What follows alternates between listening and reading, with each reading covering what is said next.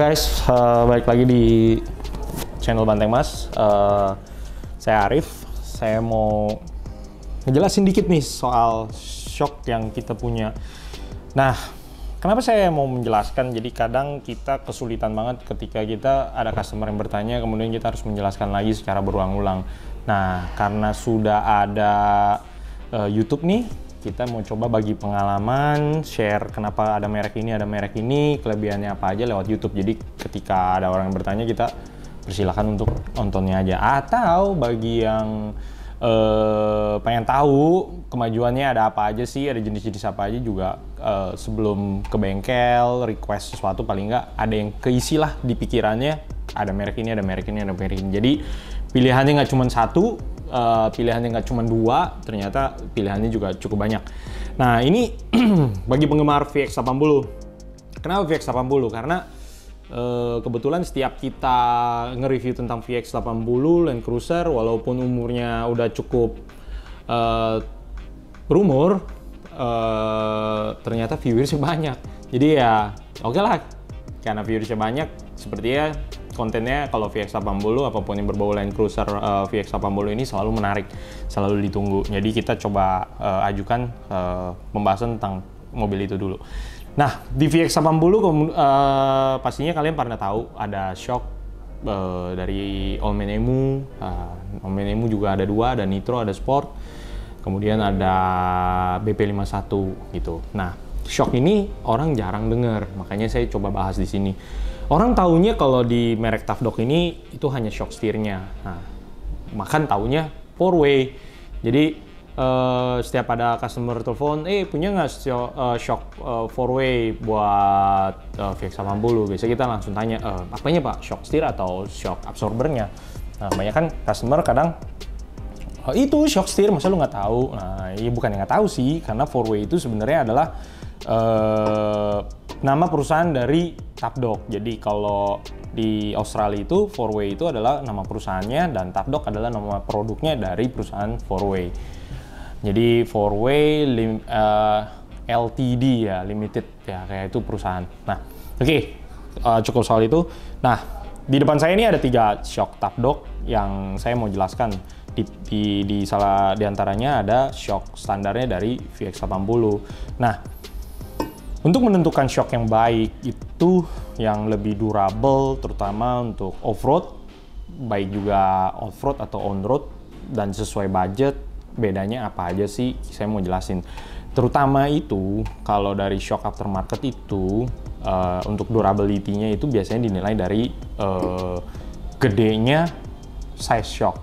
Bagi yang on-road, yang dulunya main-main mobil on-road akan kaget nih dengan size-nya. Waduh, gede banget, keras nih. Enggak, bukan keras, itu bukan dari gedenya, tapi karena dia besarnya itu, dia mengandung menyimpan kandungan oli lebih banyak daripada shock yang lebih kecil.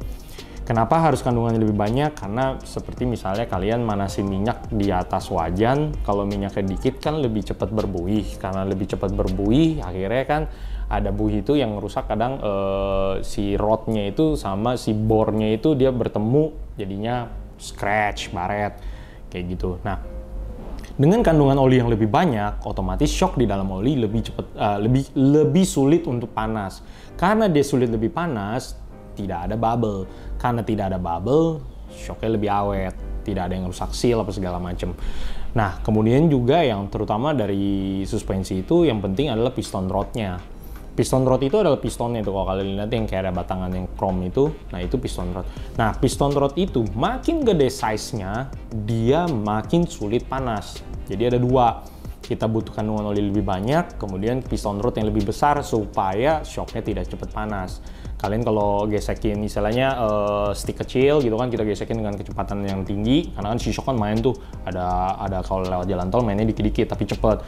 Kalau lewat yang kita off-road, jalannya agak rusak tapi agak kencang kan, mainnya juga agak banyak. Piston kan tuh bolak-balik, masuk keluar, otomatis karena ada gesekan jadi panas.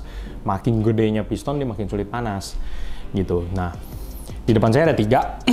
Yang ini 41 mili. Kemudian yang ini ada 45 mili, kemudian yang ini ada yang paling gede 53 mili rough. Nah, mulai dari yang 41 mili dulu. Jadi dia foam cell. Ini perbedaannya apa sih? Jadi, nah 41 mili itu nilainya dari mana? Nah 41 mili itu internal bore-nya. Jadi di dalam shock nih, di dalamnya itu internal bore-nya itu yang di dalam tuh yang ada pistonnya itu segede 41 mili. Nah ketika diameternya sebesar 41 mili. Nah ketika dia sebesar itu kita bisa tahu tuh kandungan olinya sudah lebih banyak dari yang standar.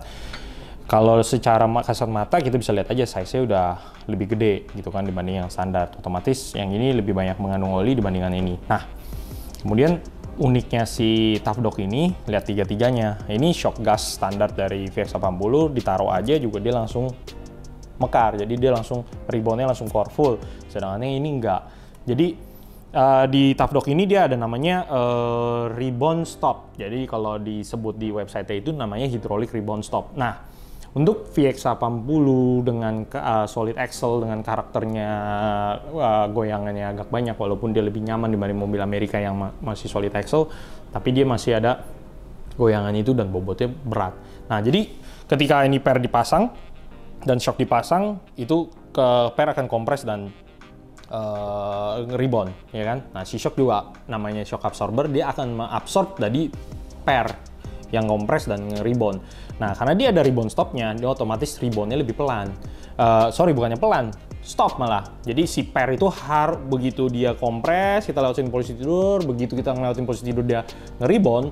Nah, reboundnya ini dia harus narik si shock. Jadi itu mobil begitu lewat posisi tidur ya, anggap nih sebelah doang yang lewat, dia gitu doang. Jadi kayak mobil mahal, dia nge-reboundnya pelan, sekali doang. Jadi itu ditarik, si per harus narik si shock.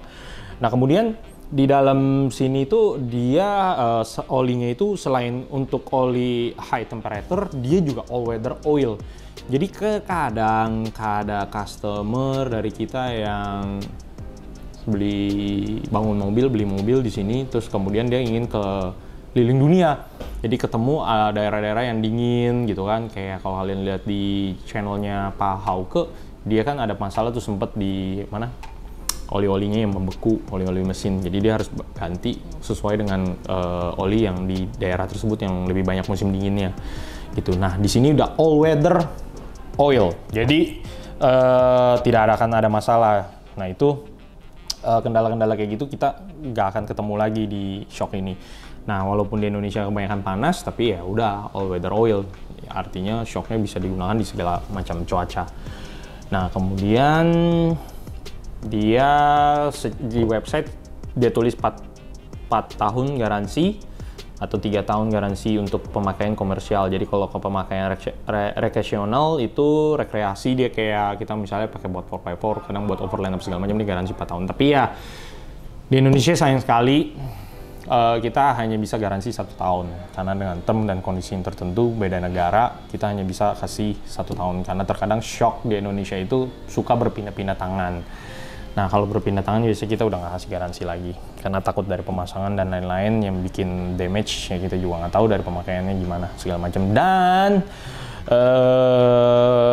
kita juga takut terkadang ada jadi gimana ya, shock standar itu shock second itu dijual secara tidak bertanggung jawab begitu. Jadi karena masih ada warrantinya, ya main jual-jual aja begitu, akhirnya sebenarnya shocknya rusak atau gimana dijual lagi karena ada warranty gitu ya. Intinya kita tidak mau banyak yang dirugikan, kita membatasi hanya 1 tahun. Nah, kemudian dia foam cell. Jadi kalau yang 41 mili ini dia twin tube design, dia foam cell.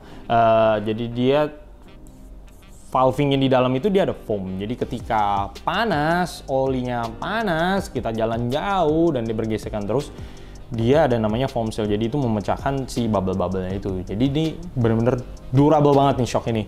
Jadi benar-benar dia bisa dipakai untuk segala medan dan umurnya panjang karena selain olinya banyak, pistonnya lebih gede. Ini 18 mili piston rodnya, casingnya itu di dalamnya bornya itu 41 mili karena yang lebih besar dan lebih banyak, dia lebih awet, dan kemudian ketika ada bubble pun dihancurkan lagi dengan foam cell.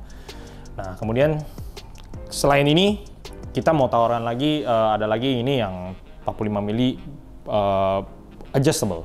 Jadi size-nya lebih gede. Jadi kalau kita lihat di sini, ini yang standar. Nah, kita lihat lagi. Ini 41 mili mirip nih sama standar nih. Dia size-nya mungkin kurang lebih bisa dibilang sama. Nah kemudian ini twin tube itu sama kayak shock standar ya sebenarnya teknologi ya, dia twin tube, jadi ditekan satu keluarnya juga ya, mirip-mirip lah. Teknologi twin tube itu nggak terlalu mahal karena ini shock entry levelnya untuk di VX80. Nah kemudian ini ada 45 mili adjustable. Ini lebih gede lagi size-nya, bore-nya itu 43 mili, external casing-nya ini 70 mili, kemudian dalamnya itu lebih gede dari yang ini. Dia ini 18, ini 22, jadi piston rodnya lebih gede. Dan chrome plate rod, jadi udah di chrome, jadi licin banget gitu. Dan dia high temperature dan all weather oil juga, foam cell teknologi juga, dan dia bisa di setel 9 external adjustment. Jadi kita nggak perlu harus ngebongkar ketika kita mau adjust kompresinya. Jadi bisa di luar aja, nggak perlu ngebongkar mobilnya lagi, nggak perlu ngebongkar shocknya lagi. Jadi kita tinggal putar-putar begini aja. Dia ada 9 step. Nah ini dia bisa ngatur kompresinya. Jadi ketika kita loadnya banyak, kita bisa kerasin, tambahin kerasnya. Atau kalau kita tidak bawa load tapi bawa orang, itu kita sebutnya variable load. Ya kita bisa kerasin lagi. Jadi ini bisa lebih, ini kekerasan, ini kempukan, terus segala macam kita masih bisa adjust dari sini. Kemudian ini size-nya gede banget. Nah ini plastik, yang ini masih besi. Jadi ini kalau kepentok-pentok ini masih bisa penyok, bisa bikin scratch di sininya. Nah kalau ini kalau plastik dia udah lebih kuat, karena kalau plastik dia lebih lentur. Nah kemudian yang ketiga kita ada 53 mili bore Ralph. Nah ini saya nggak tahu kenapa disebutnya ini Ralph. Jadi dari sini 41, 45, kita 53. Dia sebutnya tipe Ralph. Nih, jadi tipe ini yang tipe saya percaya tipe heavy duty karena size-nya paling gede. Casingnya sih sama nih ukurannya, tapi bore di dalam itu 53 mili. Jadi olinya lebih banyak lagi dibanding yang ini sama yang ini. Lebih banyak lagi dari yang ini. Piston rodnya itu sama 22 mili, chrome plate juga, all weather oil, high temperature oil. Nah jadi di si Tough Dog ini di website dia sebut the Tough Dog Ralph shock is the largest four-wheel drive shock on the market. We redesigned shock originally intended for prime movers to suit four-wheel drive application. Jadi dia sebut nih Ralph shock ini punya bore yang gede banget 53 mili dan terbesar di kelasnya dan punya 22 mili chrome piston rod. Nah, housingnya itu 70 mili, casingnya jadi gede. Nah, shock ini membawa oil yang begitu banyak sehingga kalau mau disiksa lewati medan-medan dengan yang lebih berat dan mobil yang lebih berat membawa equipment yang lebih banyak, ini sih pilihan yang terbaik kayaknya karena paling besar di market. Juga high temperature, all weather oil, terus dia juga ada multi stage velocity sensitive valving. Jadi valvingnya itu dia cukup sensitif dan banyak. Kemudian juga dia didesain dengan hydraulic rebound stop. Jadi semuanya shock Tough Dog sepertinya hydraulic rebound stop. Jadi reboundnya mobil, reboundnya dari repair itu semua harus narik si shock. Jadi mobilnya lebih diem, lebih terkendali melewati jalan rusak atau bahkan on road. Di sini saya mau kasih lihat kalian di caranya itu untuk menentukan spring rate. Jadi kita sengaja bikin video ini supaya meminimal pertanyaan-pertanyaan yang ada. Jadi ketika kalian bisa tahu sendiri, nentuin spring rate sendiri atau shock yang kalian mau, itu mudah banget. Jadi fungsinya untuk menghindari banyak pertanyaan, saya harus pakai apa, yang nyaman gimana, apa segala macam ya kita bisa bantu. Jadi kita masuk ke toughDog.com.au. Nah, ketika udah terbuka, di sini dia ada view product, ada di sini biasanya pilihan mobil. Jadi build buy online. Jadi ini kita bisa pilih ya. Nanti di sini kita bisa tahu pilihan-pilihannya yang ditampilin di website untuk mobil apa aja. Jadi kan banyak yang bertanya nih, mobil saya ini, pilihannya apa aja, ini kita bisa lihat di sini. Kemudian ini misalnya kalian mobilnya Toyota Land Cruiser. Nah di Toyota ini ada banyak, ada Fortuner, 4Runner, Hilux. Jadi bisa dilihat di sini. Nah ini kalau Land Cruiser tahunnya ada 40 series, ya kan, ada Bundera. Ada 70 series, ada 80 series, ada 105, ada 200 series. Jadi tanggaplah kalian misalnya LC80 nih, pilihannya paling banyak. Ada 2 inch, 3 inch, 4 inch, 5 inch, sampai 6 inch. Nah, untuk 80 seri sendiri bisa diperhatiin nih, ada beda tahun 9091 kemudian 9198. Nah, ini hasilnya juga akan beda. Anggap mobil kita yang ini. Nah, di front setup ini untuk kita nentuin namanya constant load. Jadi di sini ada no bull bar atau alloy bull bar, steel bull bar plus winch untuk nentuin spring rate dari pair depannya. Nah, ini front setup. Anggap kita pakai bull bar ARB, kita pakai steel bull bar. Kemudian kita view product. Nah, ketika view product, kita bisa dikasih pilihan lagi, ada 41 mili foam cell, 40 mili adjustable, 53 mili Ralph, dan steering damper segala macam. Ini ada penhead rodnya, apa semua, part number semua ada di sini. Misalnya kita pakai yang 40 mili adjustable. Nah, kemudian ketika diklik akan ketahuan nih belakangnya kita mau light real load 0 sampai 300 variable load, atau medium real load 300 kilo constant load, atau heavy real load 500 kilo constant load. Jadi ini kita bisa pilih 300 kilo, 500 kilo konstan. Ini konstan. Kalau konstan itu berarti tidak ada yang berubah. Jadi misalnya kita taruh drawer atau taruh apapun di belakang, ada inverter, ada aki cadangan, nih loadnya sekitar kurang lebih 300 kilo, ada roof rack, ada ban serep belakang, ada bumper ARB belakang, ini kurang lebih 300 kilo, constant load. Jadi bebannya tidak berubah. Nah, kalau 0 sampai 300 kilo ini nih variable load. Jadi kita misalnya hari ini bawa 4 orang, besok bawa 7 orang, hari ini bawa sendiri doang. Jadi ini bisa berubah-berubah. Nah, ini kita untuk harian kita bisa pilih yang light real load. Nah, keluar langsung nih part numbernya. Jadi dia udah sebut ideal for vehicle with no constant load. Ya, ini kitnya. Jadi part numbernya ada, coil springnya ada, part numbernya, ini belakang berapa, dan front liftnya estimasinya itu di 50 mili sama 50 mili 5 cm. Berarti ini lift 5 cm dengan part number ini. Kemudian ketika kita, saya butuh dong panhard rod depan, kita bisa pilih lagi. Jadi ada part numbernya, terus panhard belakang, kita bisa lagi part numbernya. Nah, kemudian ada steering damper. Di sini ada SV5001. Nah, di sini memang tidak semuanya ditampilkan seperti shock steer ini.